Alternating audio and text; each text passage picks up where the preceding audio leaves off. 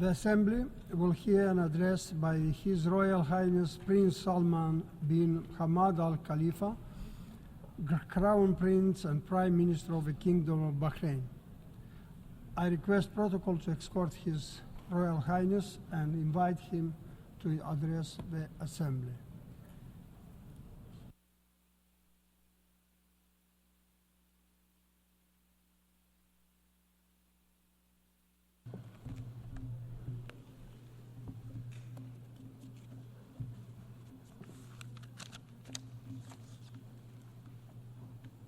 Bismillah ar-Rahman ar-Rahim.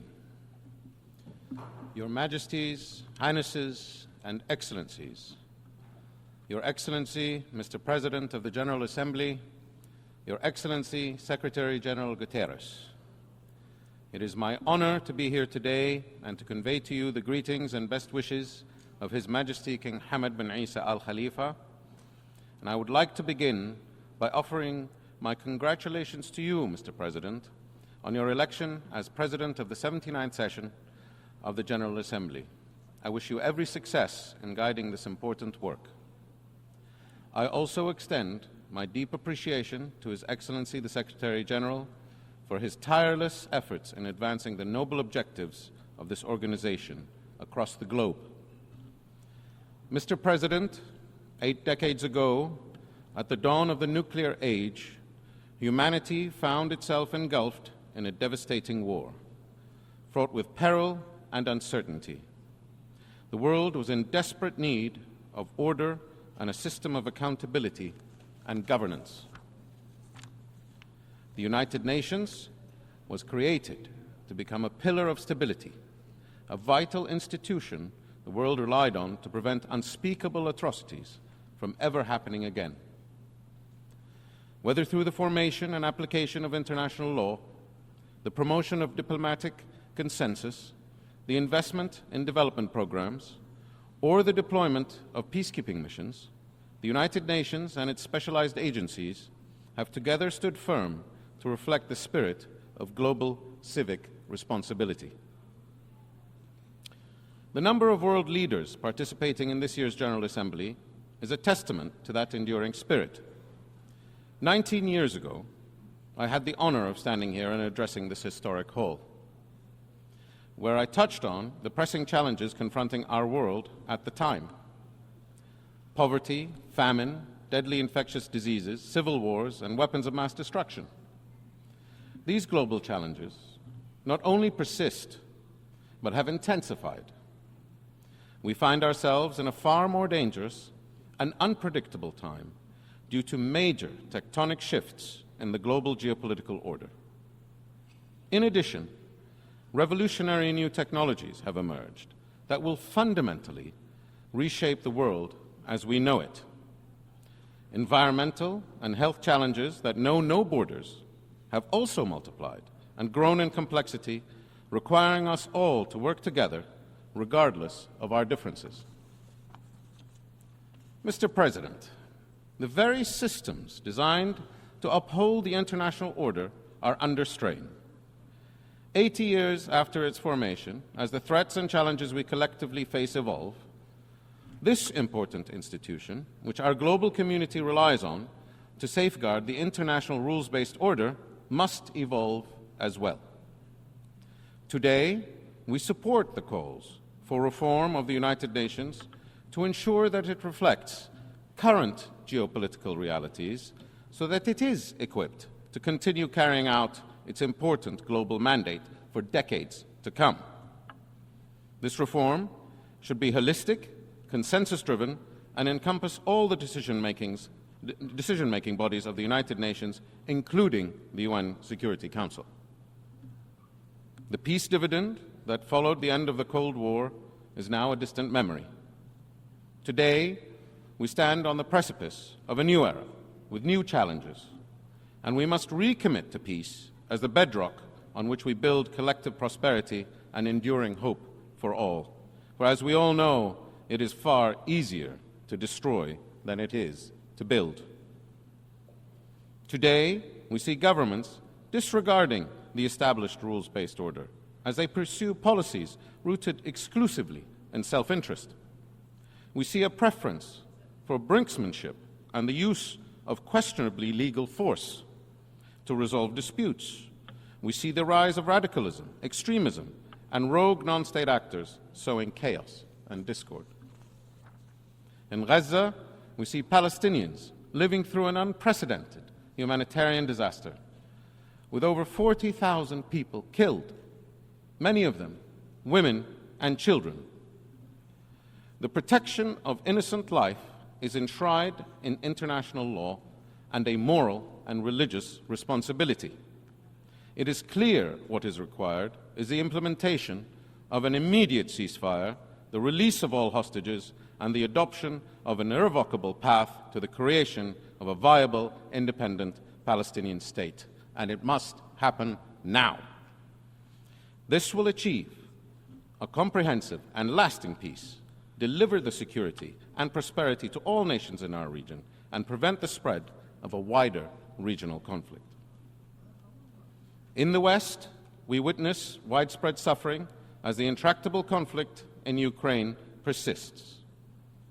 In the East, we see tensions continuing to rise in the South China Sea, raising grave concerns of wider military escalation and the further erosion of the integrity of the international rules-based order. The tolls of these conflicts are borne by humanity, by families, by communities, and by our future generations. These conflicts undermine growth, stifle opportunity, and endanger the hopes we hold for our children. Mr. President, the Kingdom of Bahrain has long been a vocal advocate of pluralism and multiculturalism. It's who we are. In August of this year, and in line with His Majesty King Hamad's vision that mutual respect for our shared humanity is essential for sustaining global harmony, Bahrain launched the King Hamad Award for Peaceful Coexistence. His Majesty the King has also called on the international community to convene an international peace conference on the Middle East. As current holder of the Arab League presidency, the Kingdom of Bahrain urges all nations to join us in this vital initiative, which seeks to strengthen efforts to achieve a just, comprehensive, and lasting peace in the region. Diplomacy and dialogue must prevail. Indiscriminate violence, conflict, and fragmentation will only drive us further from this noble goal. Mr. President, in the Kingdom of Bahrain, we have committed ourselves to ensuring that our citizens are at the core of all our national development programs.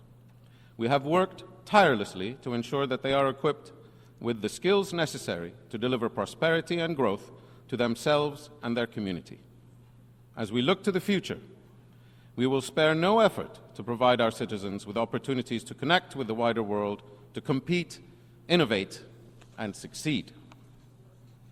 We prioritize the issues that unite us all: housing, healthcare, education, and delivering jobs and prosperity.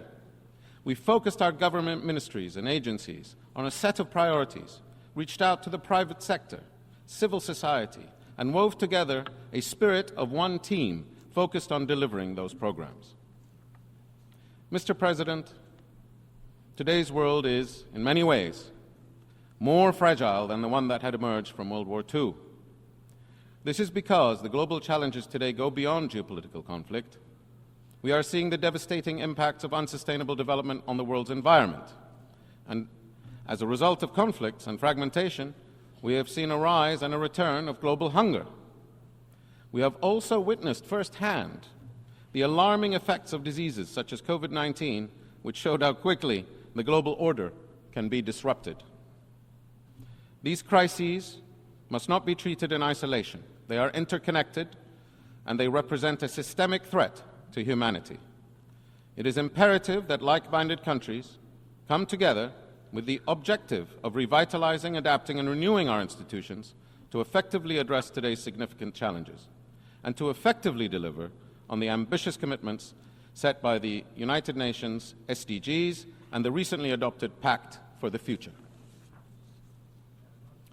This can only be achieved through a system-wide reform that encompasses pivotal multilateral organizations such as the World Bank, the International Monetary Fund, and the World Health Organization, as well as the United Nations. the international rules-based order is not sustained by hopes or dreams. It is the product of robust international institutions and security constructs that are fit for purpose. Mr. President, as a member state of the United Nations, the Organization of Islamic Cooperation, the Arab League, and the Gulf Cooperation Council, the Kingdom of Bahrain has always been committed to the path of multilateralism. We hold firmly to the belief that working alongside allies and in accordance with the rules of international law is the surest way of guaranteeing our long-term prosperity. This is also why, in 2023, the Kingdom of Bahrain and the United States of America concluded a historic agreement to forge a new model for security and shared prosperity. The Comprehensive Security and Integration and Prosperity Agreement is designed not as a bilateral arrangement, but as the beginning of a multilateral framework that aims to bring together countries with an equal interest in delivering stability and prosperity. It is a model for how nations can promote an inclusive vision grounded in mutual respect and shared goals. Partnerships such as these can go beyond the geopolitical dimension and enter the world of emerging technologies as well. Through meaningful international collaboration, we can harness the transformative potential of technologies, such as artificial intelligence, to advance shared goals of global development, peace, prosperity. Doing so will require a united global front, though. And today, we call for an international treaty governing the development of artificial intelligence to ensure that these technologies contribute to peace rather than exacerbate existing conflicts, and that they become forces for creation and innovation, not destruction and division.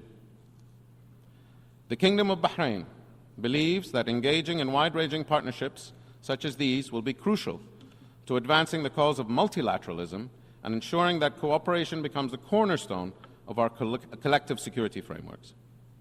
Through such agreements, we are confident that the Middle East and the global community can build a future rooted in peace, economic growth, and a rules-based international order that benefits all people. Mr. President, distinguished delegates, the challenges we face today are not insurmountable if we act with a collective will and the determination to define a revitalized international architecture built on shared values and a renewed commitment to multilateralism that prioritizes the well-being of all nations. Some issues are just too important not to rise above our differences. Let us together reaffirm our shared responsibility to uphold and protect human dignity and ensure that the international order remains a force for good. We owe this to future generations, to the values we cherish, and to the world we seek to protect. Learning to live together is indeed the noblest of endeavors. Thank you.